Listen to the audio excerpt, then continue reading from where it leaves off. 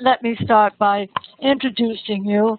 And a lot of your material is up. In the first place, you don't need an introduction. Everybody knows you, and that's why they wanted to see your face. But I like the fact, Chris, that you put all of his information up there for people to look at, his resume, his accomplishments, his honors, and his family. So, yes. Are they coming up all right, Chris? Are they there? Not yet. I'll find the picture of his family. But what we're starting in, and maybe that's why it's a really very dark subject we want to talk about, and it has now darkened itself into oblivion. But I think we should talk about it. I'm a great believer to putting things out on the table, even when you don't have an answer to them.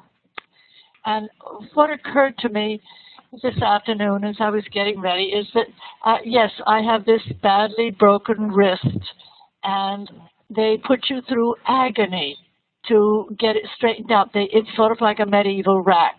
They string up your hand, and then they yank on those bones as hard as they can yank to get them realigned. And it was awful. But I think one of the most amazing neurological... Okay, I'm going to interrupt you just for a minute because, Tony, you're on the camera, and whatever we were seeing there was kind of... You want to fix that camera? There you are. Okay. Right. Okay, good. It took a while coming over the ocean. There you are, Tony. Don't go away. Okay, now quit looking panicked, Tony. It's working. You can smile. Good. Okay. Look so happy. Everything's working all right. Good. Excellent. I have a very good picture of you, Chris, and Eustacia, you're in a little box in the corner, and I'm in a little box, right. So we're all okay. Right. And we're all okay. And I have a nice big one of you. And okay. I don't know if you could hear what I said, but I just wanted everybody to know that all of your material up there, your honors, your books, and your family are all up on the image for us to see. And so this will be put up on the website, so people can download it if they want to see it later and study. And they can look at it later on. What I started to talk about was the strange thing is that physical pain can be perfectly awful, as I've just done with my arm while they put it back into, while they stretched the bones to pull them back together again. You don't want it. It's sort of like a medieval torture. But the extraordinary thing about our neurology is I cannot remember this, I cannot recall the sensation of pain. I can only recall that it hurt. And psychic pain does not work that way.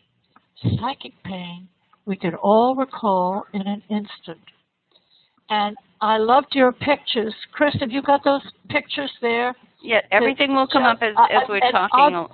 Yeah, and are those pictures from your book? You've got a book coming out on depression. Are those pictures up there? Will they be in the book? Actually, Eustacia, they're not from the book. I just found them and put them up there. So. Oh, you did? Yeah. Well, because I thought they were quite wonderful.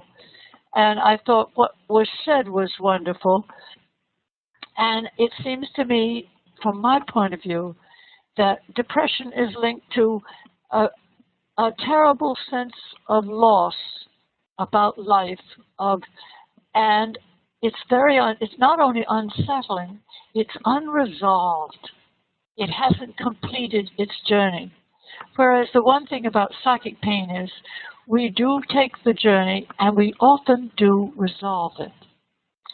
And what I'd love to hear is now you, who are working on this firsthand, with a combination of neurological knowledge, cognitive knowledge, and warmth of heart. Tell us what you're meeting. Okay, I think it's the unacceptable aspect of autism spectrum disorders. The person can become quite depressed and go through what I call a grief reaction. Now, we have a parent will go through a grief reaction for the child they anticipated is not what they actually have. But I think those with classic autism, often in their teenage years, start to think is this it? Will I never talk fluently? Will I never be able to do various things? And there's, I think, a sense of realization and grief. And I think also those with Asperger's, when they're 6, 7, 8 years old, realize a sense of grief. I'm not like other children. My mind is different to those kids. And so I think the start of that is grief. And then there are many other factors, from loneliness, bullying and teasing and so on, that depression is actually very high in those with autism spectrum disorders. And I love on your list there, one of your listing things was they feel invisible. And I found that heartbreaking. I thought of Ami Klin when he told us one day about talking to he was in his teens, this boy, and the boy came to him in the distress you're describing, and he said, the other boys have a language, and I don't understand it. And I think also it's a two-way street. The other boys who are bonding with each other and comfortable with each other, they too are confused. So it's a double problem that's going on, yes. Which is why the best way they can solve it is to walk away from the boy. And now he's really invisible. And Eustacia, before we go any further with that, could we just back up a little bit and talk about the Asperger's that we're discussing with this, Tony? Because I think when you say ASD and depression, families that have children with all different types of autism will want to know if what you're looking at is that. And it seemed to me from looking at this, you were looking at a higher functioning person with Asperger. Chris, you're right, but those with classic autism are not immune from depression, but it comes out in a different way. We tend to think of depression in terms of an internalizing low self-esteem, lack of energy, but psychologists have what they call an externalized, agitated depression. So the person goes into attack mode. In other words, their quality of life and circumstances aren't good. Their needs aren't being understood and met. So you either implode or you explode. And I think that some of the agitated, angry behavior of those with classic autism is actually a reaction against their circumstances, and they go into fight mode. But it also means that those with Aspergers syndrome and some of those with classic autism can have a depression and self-hatred, and then almost punish themselves for not being able to talk or not being able to, in Asperger's syndrome, make friends. So there can be a lot of self-hatred occurring as well.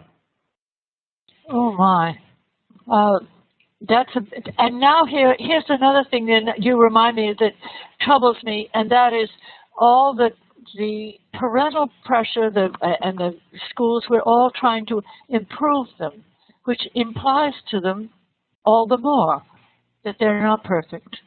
They get that message too. Or that they need to be fixed. Yes, that they must be fixed. I think that there are two contradictions to that. One is having good love from parents. That's that non-judgmental acceptance. Okay, you've got problems, but we love you, whoever you are and whatever you do. I think that is a very, very important. So they have that love and support. And also what we're working on is self-esteem. So even those with classic autism, we go through their qualities as well as their challenges. But what we explore a bit more is qualities in terms of their personality, as how heroic they've been in coping with that adversity. So a lot of our work is improving self-esteem. Oh, well now here's a dilemma. How do you deal, yes, I agree with you, unconditional love, but I'm not always sure, should it be unconditional acceptance? How are you going to teach any child, for that matter, some kind of manners, behavior in life? If you accept whatever they do, how are that pushes them further out of the picture than ever. How do you balance loving them and guiding them? Okay, Eustacia, I agree. It is trying to say to that person that you're a hero for coping the way that you do, but there are certain things that you have to learn. You can't see autism as an excuse to get away with quite abhorrent behavior. But in other words, you're saying, we understand why you're like this, but we don't want you to continue like this. There are other ways of getting what you want without having to be explosive, demanding, or reclusive. We're saying there's another plan, and that can be, in fact, more successful. Do you think it works best when you start with children when they're very young? How do you start in on this? I think we do a sort of a program working on the qualities of the person in terms of personality. We will assess the person in terms of their cognitive and linguistic skills and social skills, but we also need to assess the personality. Who are they? Who would they have been if they hadn't had autism? And to go through their sense of humor, their compassion and kindness, their tolerance of sensory sensitivity. So we go through that you are a good person and you're coping with things that others may not appreciate, how challenging that is. Well, that's a good balance, because I think what troubles me that I run into is the enabling of children, and then saying, and then the kind of romanticizing of Asperger or autism, either one. You are this magic creature, and if you just work hard enough, you're going to be successful. Well, that's not really a fair approach, because we know they may not be successful, and it's a question of balance. It's very subtle. Chris and I were talking about that this afternoon. The subtlety of it is part of the hardest part of the problem. Yeah, I think we were talking about social skills and social interactions and the subtleties of social interactions, which. But it's also, what I'm trying to get at is it's also I'm trying to get at the fact that I think it's a two-way street. I'll be back just a second. Keep going. Okay. But Tony, I think it's a two-way street. It's not just that our children don't get us. We don't get them, and therefore we're both lost. So we want to fix it and make them like us. And in parents' parental zeal to make that happen, there's an overpraise. There's a lack of balance. I guess that would be the word. I think that the person needs objective information, but can I take up Chris's comment a moment ago about the social side? When I do talk to and communicate with people who are quite significantly depressed, there can be great debate at what's going on in their mind when they feel sad. And when I do explore that, I find that that attitude, I'm stupid, I'm bad, nobody will want me, etc., I say that that didn't come from your parents, it didn't come from the teachers, but it came from other children. And what I find is one of the major causes of depression in Aspergers syndrome is bullying and teasing. Because what the person does is, I am stupid, I am friendless. And that creates an attitude, and they don't have friends to contradict that. And then they start to look for evidence. So in other words, whenever they make a mistake, it proves they were right, I am stupid. Oh, dear. So the concern is that sometimes the depression is caused by neurotypical peers who bully, tease, reject, and humiliate, and don't realize they are sowing the seeds of later depression. And now this also attaches to our culture, because we have a culture of violence and sex, and there's a violence in bullying, and the other kids, the neurotypical kids, see it in movies, they see it in video games, they see it on the TV, which is also teaching them. How do we balance that? Okay, I think one of those problems for those with Asperger's, again with communication and not having friends to help them, they will, where do I get information on a feeling or a situation? It's often movies. And Yes. this is where they start right early on, is if they're not good at conversation, they don't have close friends, there's difficulty disclosing, but they want to explore their own emotions and motives of others, then when they watch Hollywood retribution movies, they identify with the victim who tends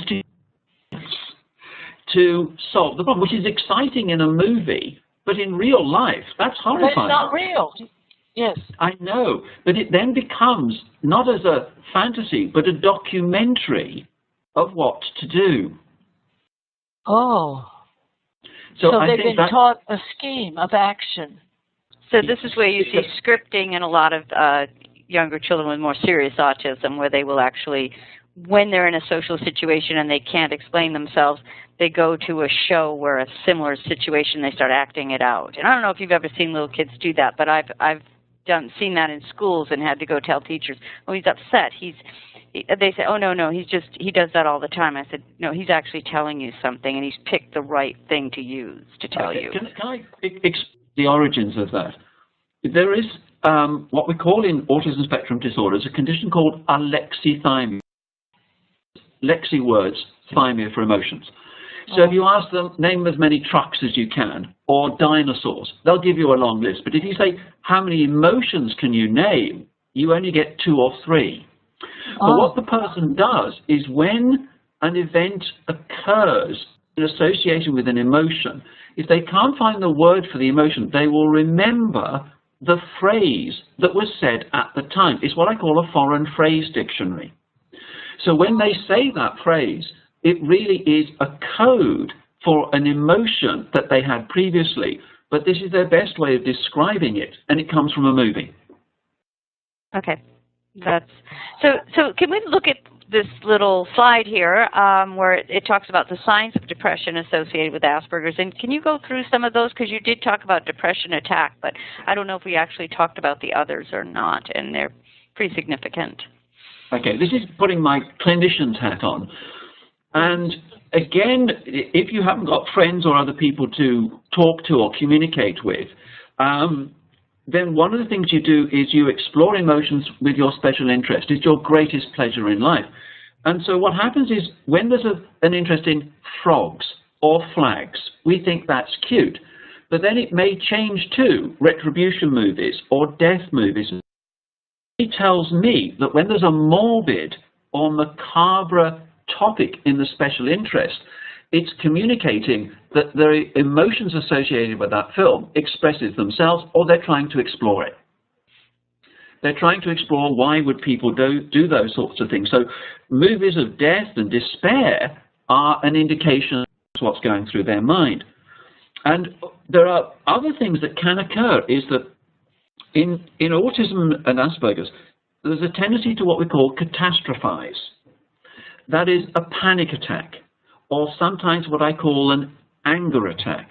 But we can also get what I call a depression attack. It's a meltdown, but normally a meltdown is externally directed. It's an explosion. This is a meltdown that's an implosion. I hate myself. I'm dumb.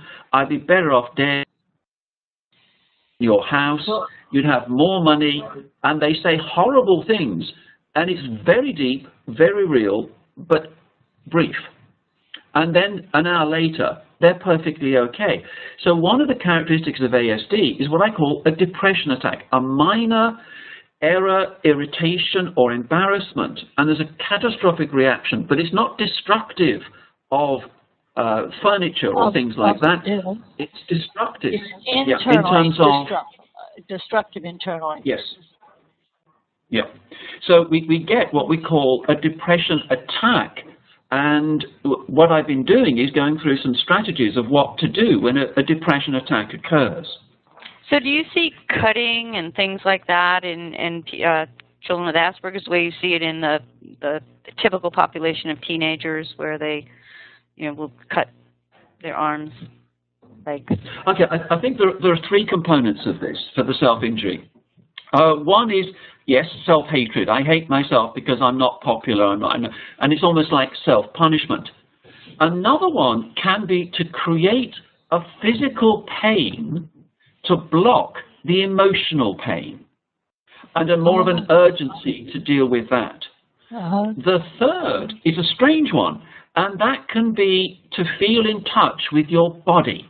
Within ASD, there's often a mind-body division. And so what the person may do, some of those with classic autism will run wherever they can with that pounding effect to get their brain back into gear with their body. And so low self-injury of picking at parts of the body is it's the only way my mind can have the connection. I have a view that many with classic autism have inner language, but they can't get their brain into gear with their mouth to talk. And so there's a mind-body division, and sometimes that self-injury will do that.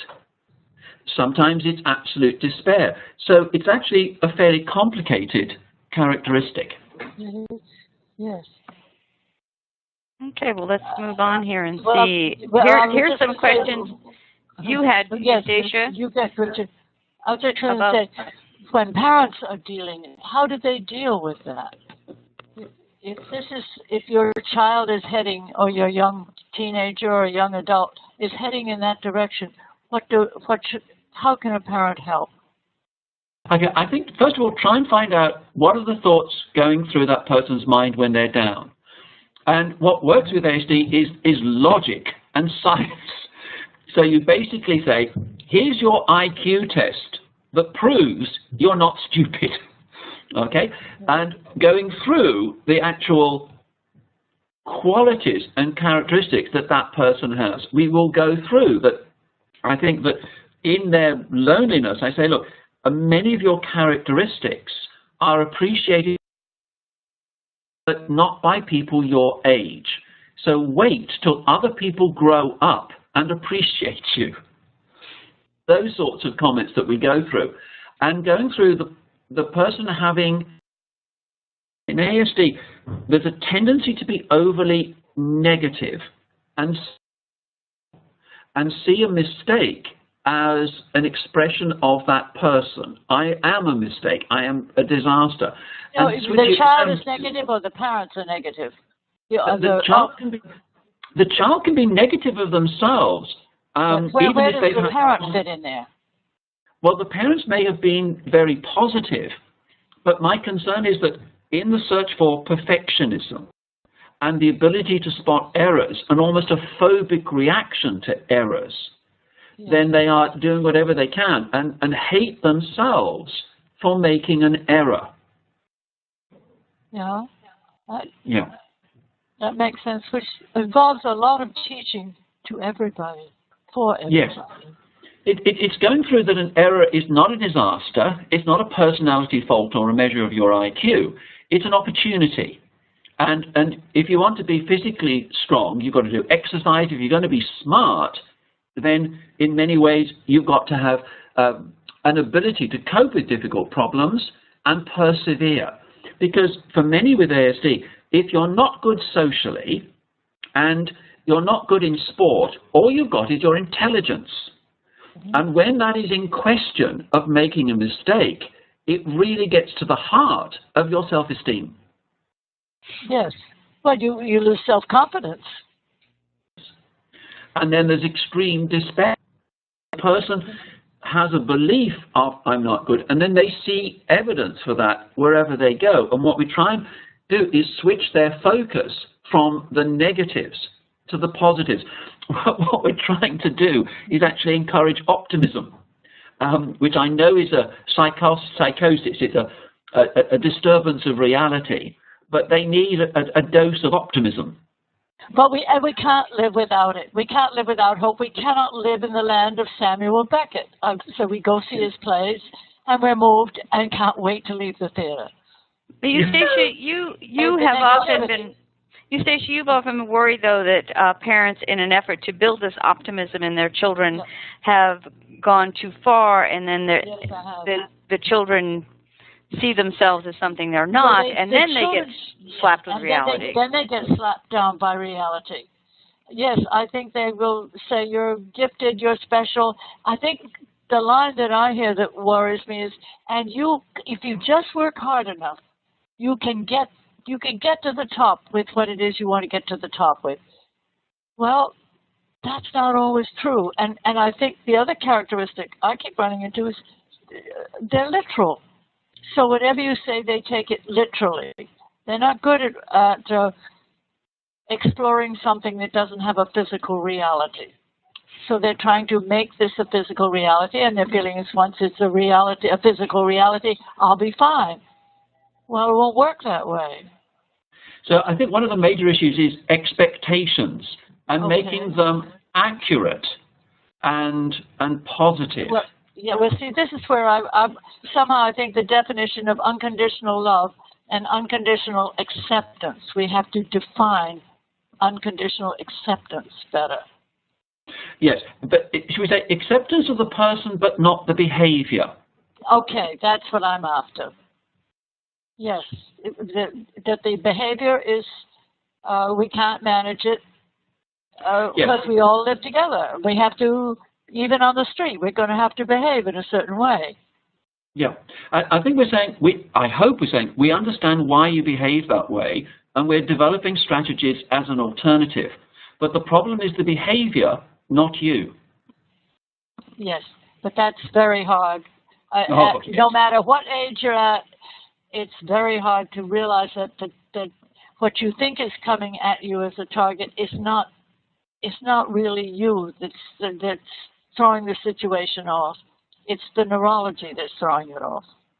Yeah, which is hard to explain. Yeah, it's very hard to explain and very hard to accept. Yeah. And what got me was your statistic that 1 in 3 of Asperger young people gets depressed. That's a big percentage. Okay, I'll clarify that. It's 1 in 3 are currently showing signs of a clinical depression. 1 in 3 have cyclical depression. And 1 in 3 seem to escape. Now, can you define that a little better? What do you mean? It goes in cycles? Yes, like it's almost like bipolar? It's a little bit like bipolar, but it comes in tides. Now, when we look at depression, if there's a grief reaction, the death of a pet, then there may be a depressive reaction. But some of the people I see seem to have, when we look at what I call creating a mood diary, that is measuring on a score of 0 to 20, the mood from day to day. And we start to pick up cycles, not necessarily menstrual cycles or lunar cycles, but the person may be able to cope for a certain period of time, and then it's almost as though they're drained, and then depression comes in. So for some with ASD, they put in so much energy in that when that energy drains, then they become depressed. So part of their depression is energy loss, because they're coping with socializing by using intellectual energy. Intellectual energy to manage anxiety or sensory sensitivity. And eventually, it's almost like a bank account becomes empty. And that empty this is what a great many comedians suffer from. We only see them when they're up and they're entertaining us, and we love them because they make us laugh. And a great many people, I think of Nathan Lane, who wrote a wonderful article for the New York Times, that, he suffers from depression. Yes. So that after he's given out all this energy you're speaking of and delighted us all, you're right, he's depleted. His physical energy is depleted, and also his psychic energy is depleted. Exactly. Eustacia, that's exactly what happens. And so the person in coping with everyday life doesn't have as many, what I call with a bank account, there are lots of withdrawals, but not enough deposits of energy. Yeah. Well, go on. What were you going to say, Chris? Well, Tony, a lot of the social things you're talking about where you're getting returns for something, to me, it's like a cognitive versus an associative skill, where the rest of us don't expend any energy on 90% of the social interactions we have. It's how are you? Someone says, fine. There was no energy expended. You smile. But if you have to actually think about each one of those, and like, oh, someone said hello to me, I need to say hello back to them. If you can't just put that off in your head somewhere, I would see where that would be very exhausting. Indeed and it is. I think here's what strikes me when that happens is, because I think of Temple who said, well, when I get into a difficult situation, I have all these videos in my head, and I go through them and find the video that's most suitable to use. Where now, that's not only exhausting, but action doesn't always repeat itself. And there's another action coming, and another, and another, and another. And they're all fluid, and they're all different. Okay, but so, I'll say there's another dimension, and that is self-critical of social performance. A typical person may make a faux pas and laugh about it because it's such a rare event. Whereas those with ASD are very, what I call, performance-orientated, and there's a, should we say, performance anxiety in social situations. So afterwards, in trying to go to sleep, they will replay the social events to spot the errors, or they'll worry about the potential errors of tomorrow socially. So there's a huge amount of energy used up by socializing, and then sometimes the consequence is not enough energy and become depressed.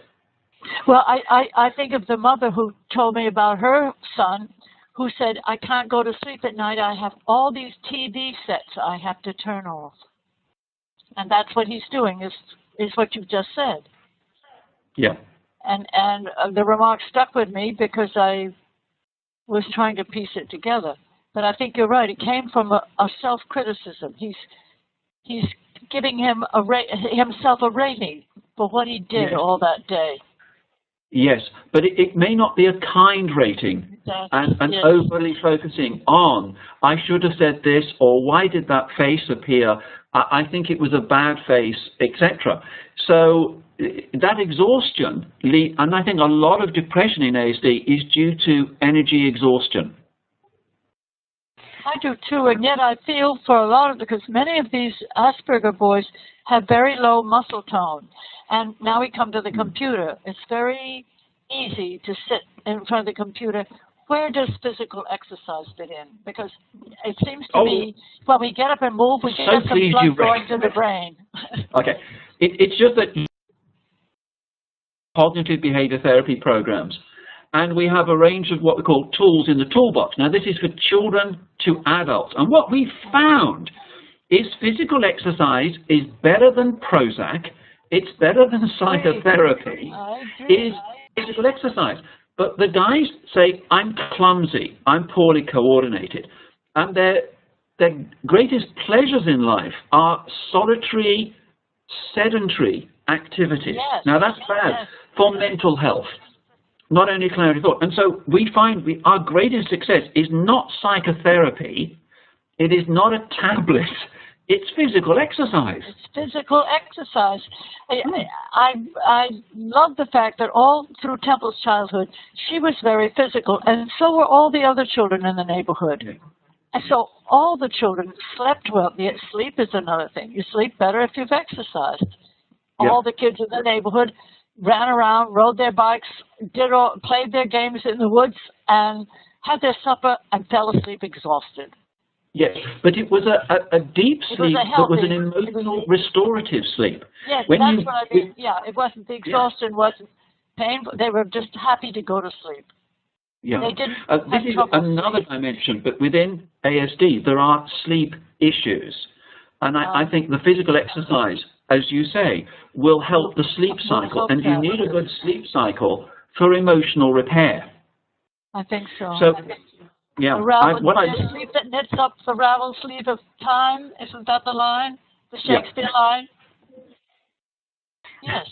Questions for you here I'd like to read. I have one mom who said she has an 8-year-old son, and he's very depressed.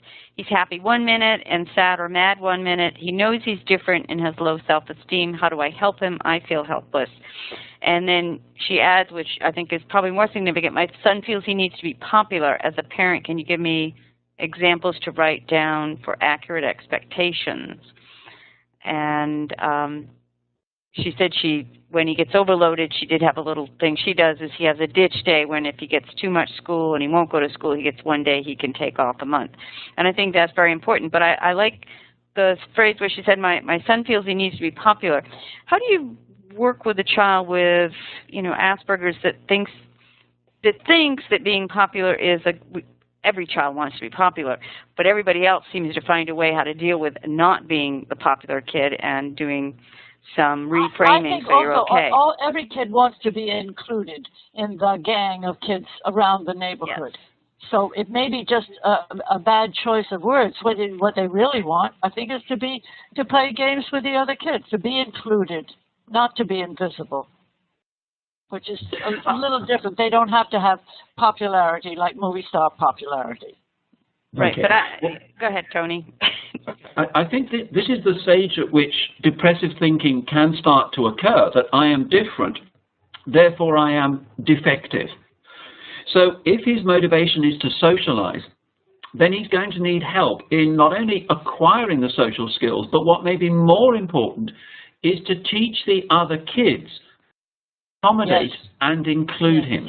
Yes, now, that's not all day. All he needs is 20 minutes or half an hour a day at school where he was included. Now, that's probably enough. He's saturated with socializing. He can then go to the library, read his book, etc. But as long as in the day there has been 20 minutes, half an hour of successful, what the typical kids need to do is give him more reinforcement for his popularity. Yes, and I think that the good mainstream teachers are able to do that. It depends upon teaching. I feel it's not a science. It's an art. It's an intuition, and the gifted teacher knows how to give that to both, to the mainstream children and to the spectrum child. And you're absolutely right. And it's not impossible. I saw it happen in a school in North Carolina, in Winston-Salem, where it was a little private school, and it was for nursery school, pre-K. Most of them were about 4 years old, I think. And they said anybody or any other child from the mainstream who wanted to come to the school could come for free. Well, of course, what the parents did is they sent the siblings, and the siblings were used to their spectrum sibling and knew how to handle him and how to be positive, and began to be positive, and the able ones helped the less able ones. And the school laughed. They said, you know what, we now have a waiting list for the mainstream kids. They all want to do it. I think that's so valuable. Yeah. And then another school, it was in Yakima, Washington, where 1 day a week, the regular kids, the mainstream kids, could sign up to be shadow for the spectrum kid. They loved it. They all wanted to sign up. Yeah, but I think just took 1 day. Okay, I think that's also more important because it's more complicated and more problems of getting that support. In a way, it's cool to be kind at elementary school, but at junior high and high school, it's cool to be cool. Yeah? Yes, that's different. That's, by the time you get that old, I don't know if you can do that anymore. Yeah. I don't know how that works. You can still do it. They have a natural helpers program. They have some programs they use in high school, and you can do it. But I think the important thing you said there, Tony, was 20 minutes a day is enough of intense socialization. You'll feel fine with 20 minutes a day. And I agree with that. That's about all I need. And so I don't need that. That's good. So I think, and that's 20 minutes of quality interaction with another child or two other kids is great, and that will take care of that emotional need for probably just about every child. And what happens is I think we try to do it across the day, and it's a little bit here and a little bit there, and it never feels like it ended up being an interaction. It just feels like someone said hi or we did some greeting, but there wasn't any quality or any depth to it. So even in high school, you can set up programs, well, you can just talk to, there are nice teenagers. I'm sorry, there are very nice ones who you can say, during study hall, would you please just sit with this student and talk to him and introduce him to your friends, and that can happen. Yeah. It's a buddy system, yeah. Yeah. Yes. But I like the 20 minutes a day. How did you come up with that? Too. How'd you find that? What, the 20 minutes a day? Yeah. Yes. Why 20? How'd you discover that would work? Because it's quality is better than quantity. And then if that has been successful, then I want that to be the main memory of the day rather than a series of, shall we say, failures socially. Often what occurs is the person with ASD will approach other children. They can be very brave and decide, okay, I'm going to join a group. But sometimes the group will reject them, not necessarily bully them, but just reject them. Yes, and that's heartbreaking for that person. Yes, and the kids think, well, we just chose not to play with him, but they don't realize that he gets that every group that he goes up to. But then doesn't that mean you have to do some explaining? Because one of the reasons they do is they're confused too. So it's simpler to walk away. And they can walk away because they have their their group of buddies. So they're not able at that age to project themselves onto the one that they've walked away from. Yeah. Do you follow what I'm saying? Is that? Yeah. It's an area we need to look at because I see the psychological consequences a decade later. And going back to that lady's comment about his sort of self-esteem, etc., it's all to have self-esteem by other means than social. So it may be something he does that's creative or constructive. In other words, that's not the only way of seeking identity and pleasure is social. And no, it isn't. If he can make something, if he's a good carpenter, if he can, well, I keep quoting Temple because naturally I know her the best, but she wanted to be included. She found, well, I have to play the games by their rules, otherwise the kids won't let me play with them. But then she was able to contribute to the group. And one of the things she did is she had a little kite she could make, and you could put it on the back of your bicycle. And if you rode the bicycle very, very, very fast, as fast as you could, the kite would go up in the air. Well, they all wanted bicycle kites, and she made them. Yeah. So it's being a bit sort of creative or... Yeah, and that's what the person needs, an identity for their intellect or creativity, not their social skills. Okay, can we go on to this, the factors that prolong the depression and increase the intensity? Because I think this is what a lot of parents are dealing with. It's like, what is the important thing to look at that's going to make it worse and make it harder to deal with? Okay, I think there are a number of factors that prolong it. I think in many ways, it's not having friends to contradict it. And sometimes it's important that there is someone. What the person needs to do is express the despair or the emotion, not necessarily with a constructive answer. They need someone to be like a sponge. Now, often the best sponge is an animal. It's a dog, for example, who can listen to all your worries and still wants to play with you and is delighted to see you. So it's something that you can say all your horrible experiences that you've had, whereas if you mention that to mum, she's going to go and be quite upset about it, because sometimes the kids will say, I don't want to tell mum what I'm upset by, because she'd worry about it. Exactly. So they tend to keep it. They conceal it for fear that they will upset their mothers. Yes.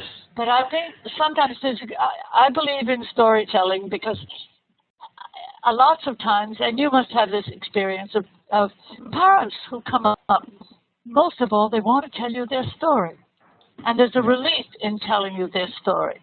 Somebody has listened, somebody has taken the problem seriously, and there's a sense of relief after they've told their story. Yeah. Now, and going to the ASD side again, that what a typical person can do is find the words, the coherence and eloquence to express feelings. So when someone says to a typical child, how are you feeling? For those who have ASD, that's one of the hardest questions you could ever ask them. They don't know, and they don't have the words, and often we don't know either. No, and often the child will say, when you say, how are you feeling? They'll say, I don't know. I'm now going to complete their sentence. I don't know how to grasp the many emotions and thoughts in my mind, hold one, label it, and explain it in speech. Oh, Tony, that's eloquent. I hope, Chris, we got to say it again, because that's true for everybody. It is. You hit at the heart of things right there. Yeah, and so what it means is that when they can't grasp, articulate, and explain their thoughts and feelings, they'll say, I don't know. But what we found is that the person may be able to do it, for example, by music. I have some that I will say, bring me in a music track in the music or lyrics. Or I will say, you are a great fan of horror. Find me a scene, a clip of a movie that describes your feelings. Can you write me a poem? Can you take a photograph?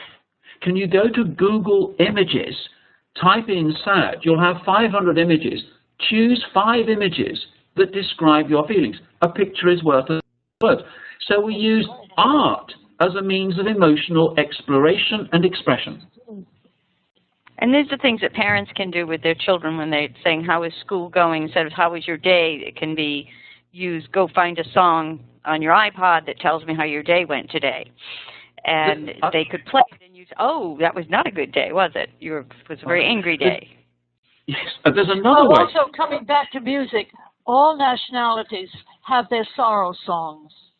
Yes.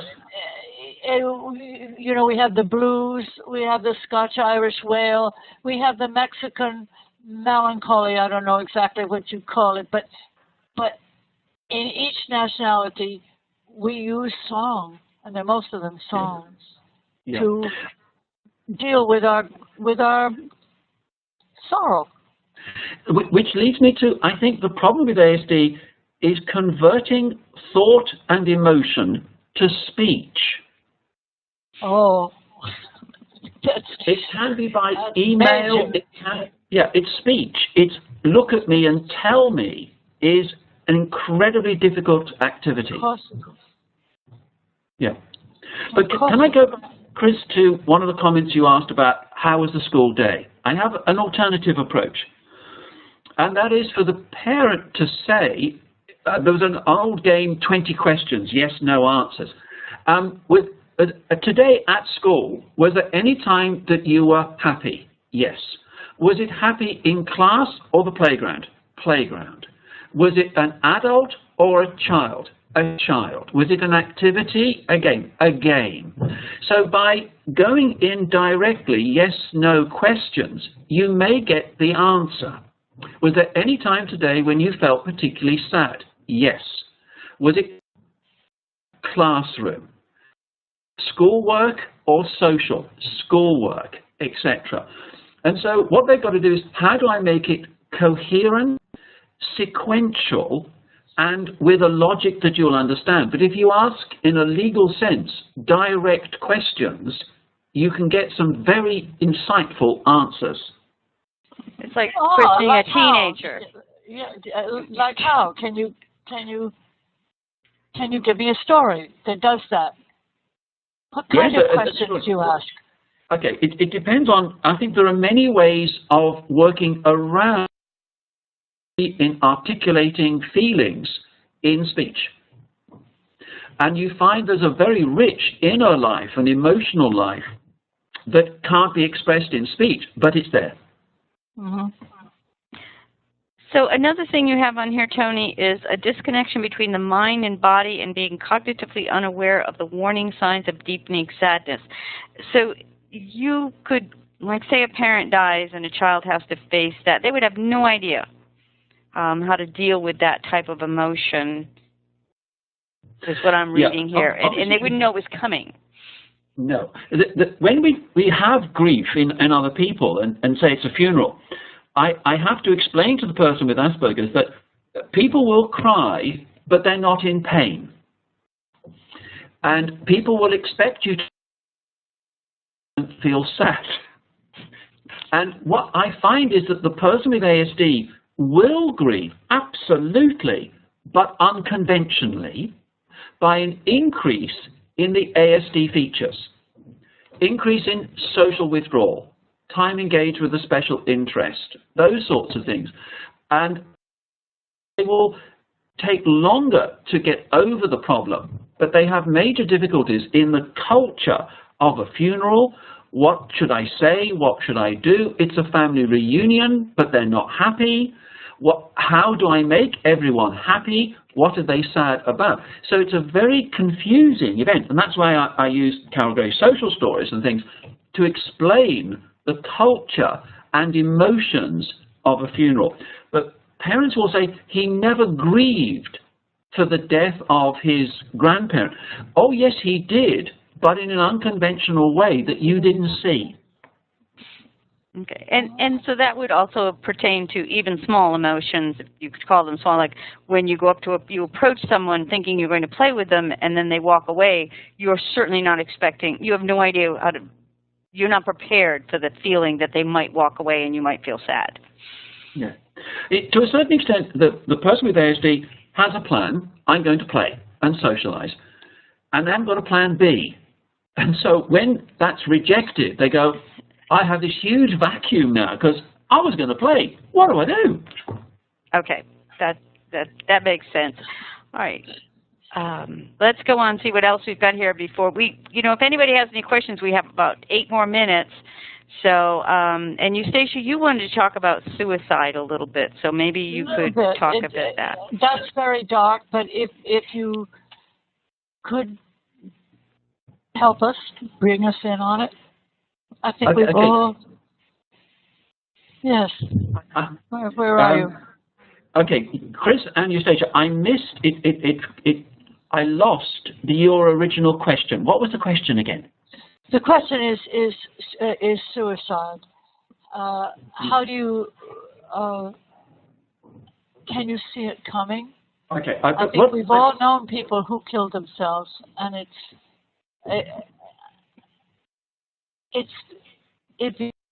there's a strangeness to it that you think, it doesn't matter how I go over the situation, I can't put the pieces together. Okay. Obviously, in my clinical experience, and for example, this week already, I have 2 adults with Aspergers who are very severely depressed, and suicide is a possibility. What I go through first is, have you ever thought of suicide? Often the answer is yes. And for some of the teenagers and others, it's an option to explore. It's a thought. Would death, the problem, pain? And I say to the person, if it's a thought, that's fine. The problem is if it becomes an action, that you do something about it. And sometimes they'll say, yes, I stood on the edge of a balcony, or I felt like running in front of a truck. And I say, okay, but you didn't. What stopped you? And I usually find that is, who's going to look after my dog? My dog is so important, but my dog, or my mum, I couldn't hurt my situation. So strangely enough, it is usually compassion for the consequences that stops the person doing it. Well, so I then go through, if you get those feelings again, it is very important that you tell someone. And so what I do is find out, they say, oh, I won't tell my mother or father because it would upset them. And I say, look, they need to know. Yes, they do. So when you're in such despair that suicide is a possibility, a distinct possibility, I say to those around them, when they're that upset, please don't ask them, what's the matter? Because in their despair, they can't articulate. The neurotypical reaction is, what's the problem? And I'll fix it for you. But at the time, they need to move through it, not necessarily a practical problem, and they can't articulate. Secondly, you must stay with the person in case an accident happens. And you may say, I will sit in the corner, I will read, I will sort out some laundry, but I need to be here just to be here. The next is, the person in their despair may say quite horrendous thoughts. And I ask the person supporting them not to get upset by what they're saying. I say it's the depression talking, not the person talking. Like when people are very angry, they will say things that aren't necessarily their character. So it's the depression. And they'll say, you'll be better off if I was dead. Grandma would have another room or something. So we then say not to get upset by what they are saying, and to say that the feeling will go, and when we find what the off switch, strange enough, tends to be the special interest, because it acts as an energizer and thought blocker. But what we don't do is automatically suggest affection. We will say to the person, ask permission for a hug. So if it's a mum, she may say, would a hug help? And say, do you want a hug from 1 to 10? 10 being a very deep hug. But a number 3. So you ask permission for affection, and they know exactly what you're going to do, and then it's more effective. Well, you've given them a choice by doing that, by asking them permission. Yes. They can make the choice. Yes. So in other words, you've got to handle the situation knowing autism, because otherwise the emotionality, the wanting to quick problem solve, will add fuel to the fire. So you need to deal with it effectively.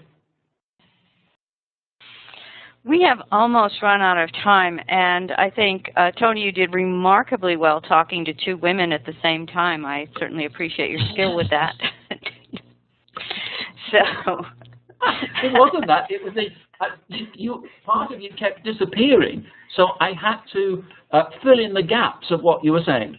Yeah, there was a few technical issues today, and it might be just the time of day. Eustacia in New York is on at 7 at night when it's very busy, and you are 9 in the morning in Australia, so both those places have a lot of people online at the same time.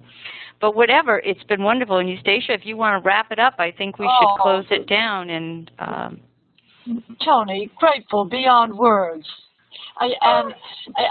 You've given me so many things to think about.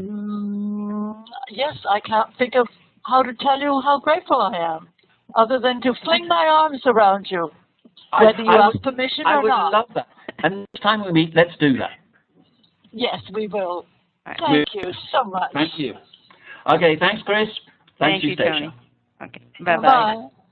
Bye. Bye.